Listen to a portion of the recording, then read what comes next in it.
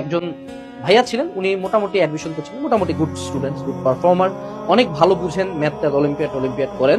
So উনি ঢাকা বিশ্ববিদ্যালয়ে ভর্তি পরীক্ষা দিয়ে বের হওয়ার পর একটা কথা বলছিলেন যে এখানকার কোনো কোশ্চেনে আমার কঠিন লাগে নাই, এমন মেজরিটি কোশ্চেনই ছিল আমি পারার মতো, কিন্তু আমার কাছে সময় ছিল না এক্সামগুলা কোশ্চেনগুলো অ্যান্সার করার জন্য। এবং এই ঘটনাটা অসংখ্য স্টুডেন্টের ক্ষেত্রে ঘটে যে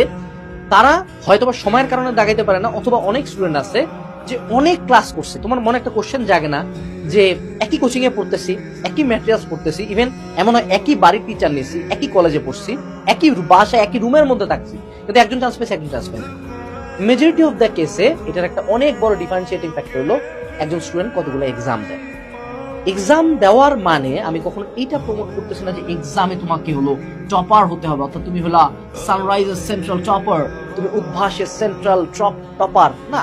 এই টপার আমি প্রমোট করতেছি না। বাট এক্সাম দিয়ে তুমি ফোকাস করতেছো